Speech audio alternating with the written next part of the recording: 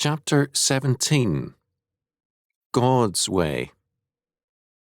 Exodus chapter 7, verses 1 to 7.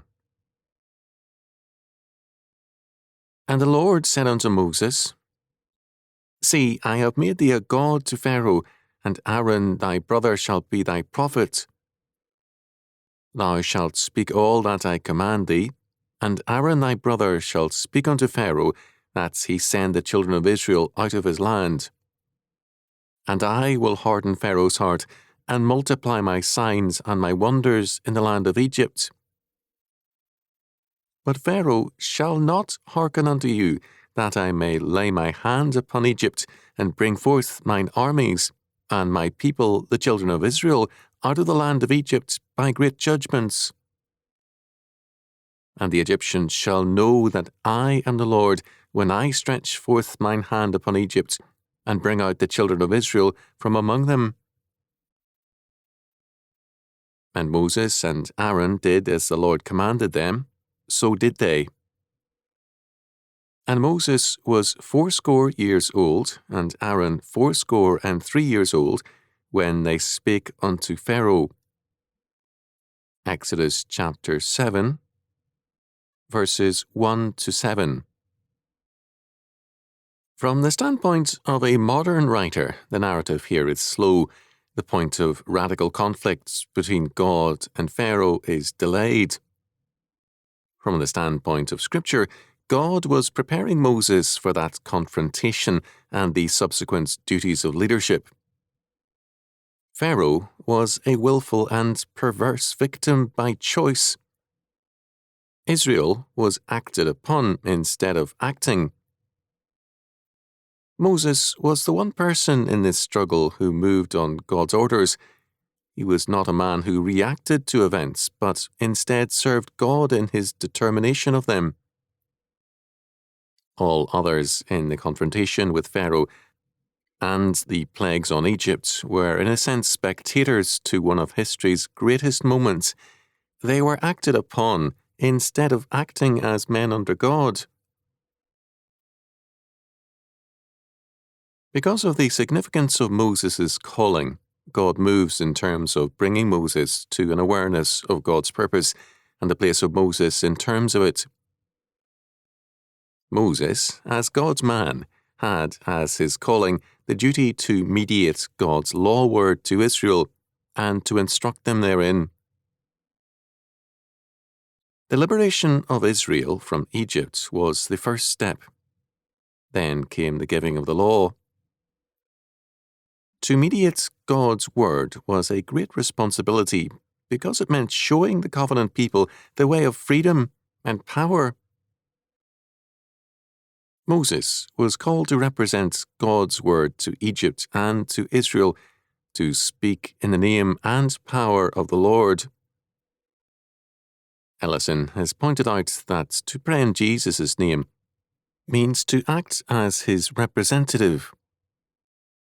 To pray in the name of the Lord means to pray in his power and authority. God's purpose was that the Egyptians know that I am the Lord, verse 5. This expression is used by Ezekiel over 60 times. God's way is justice, and Egypt came to know it as judgment. It was then Israel's turn to know the Lord through judgment, and Psalm 78, a psalm of Asaph, is a vivid account of this, as is Psalm 106, which tells us that, after Israel was delivered from Egypt, they soon forgat his words, they waited not for his counsel, but lusted exceedingly in the wilderness, and tempted God in the desert. And he gave them their request, but sent leanness into their soul. Psalm 106, verses 13 to 15. Moses was to be a god to Pharaoh, verse 1. The Egyptian concept of a god was radically unlike the biblical doctrine, except that in practice Pharaoh was ultimate authority for Egypt. Moses was now to speak through Aaron as the voice of the living God, and, like Pharaoh, as one who spoke through a mediator. According to Casuto, the basic idea of this section is speech. On the one side, the Lord speaks to Moses and Aaron, and on the other, we have the utterance of human beings. Even more, the basic idea is, whose word shall stand? Men seek to establish an independent word and plan in order to be free of God. God pronounces his word of judgment on all rebels. In the proclamation of this word, Aaron is to be God's prophet by serving Moses, that is, and Aaron thy brother shall be thy prophet, or spokesman, verse 1. This implies no demeaning of Aaron, but tells us how close he was to the centre of God's power, and that he was in a place of trust. In verse 4, we have a reference to Israel as God's armies. In Exodus chapter 13, verse 18, we are told that Israel left Egypt in some kind of battle array. Exodus chapter 15, verse 3 says, "The Lord is a man of war." There is an irony in this, in that a slave people hardly constituted an impressive army. It was precisely this disparity between what Israel was and what God did for them that led to a fear of Israel among the nations. Exodus chapter 15, verses 14 and 15, Deuteronomy chapter 2, verse 25, chapter 11, verse 25. In the verses which follow, verses 8 following, we have the beginning of the judgments on Egypt. Immediately before this, in verse 7, we are told that Moses at this point was 80 years of age, and Aaron 83. The placement of this fact in this context is not accidental, but especially purposive. We have, first, a very reluctant man, Moses, who knows the impossibility of his task, humanly speaking, and is very unwilling to embark upon it.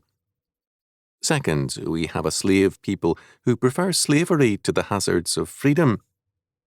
Then, third, we have the power of Pharaoh and Egypt, determined to suppress a potential slave rebellion.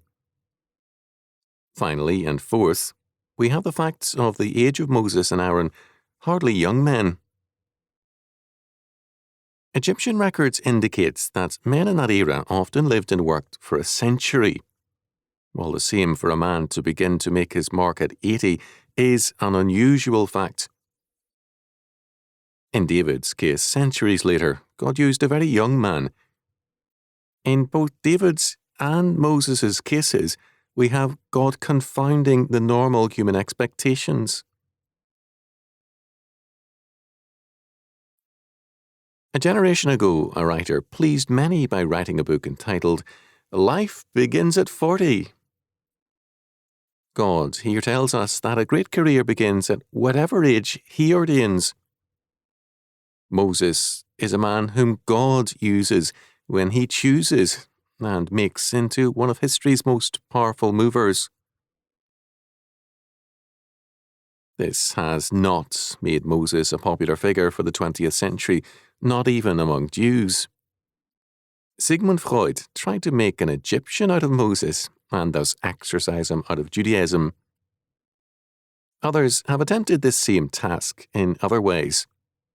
Thus, a commentary on the Torah published by the Union of American Hebrew Congregations says of Exodus chapter 7, "Scholars have sought in vain for a historical kernel to these tales.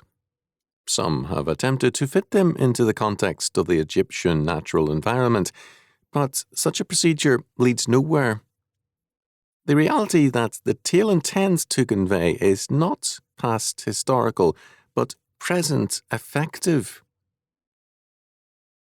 Freud, in Moses and Monotheism, held that the Egyptian Moses was killed by the Jews.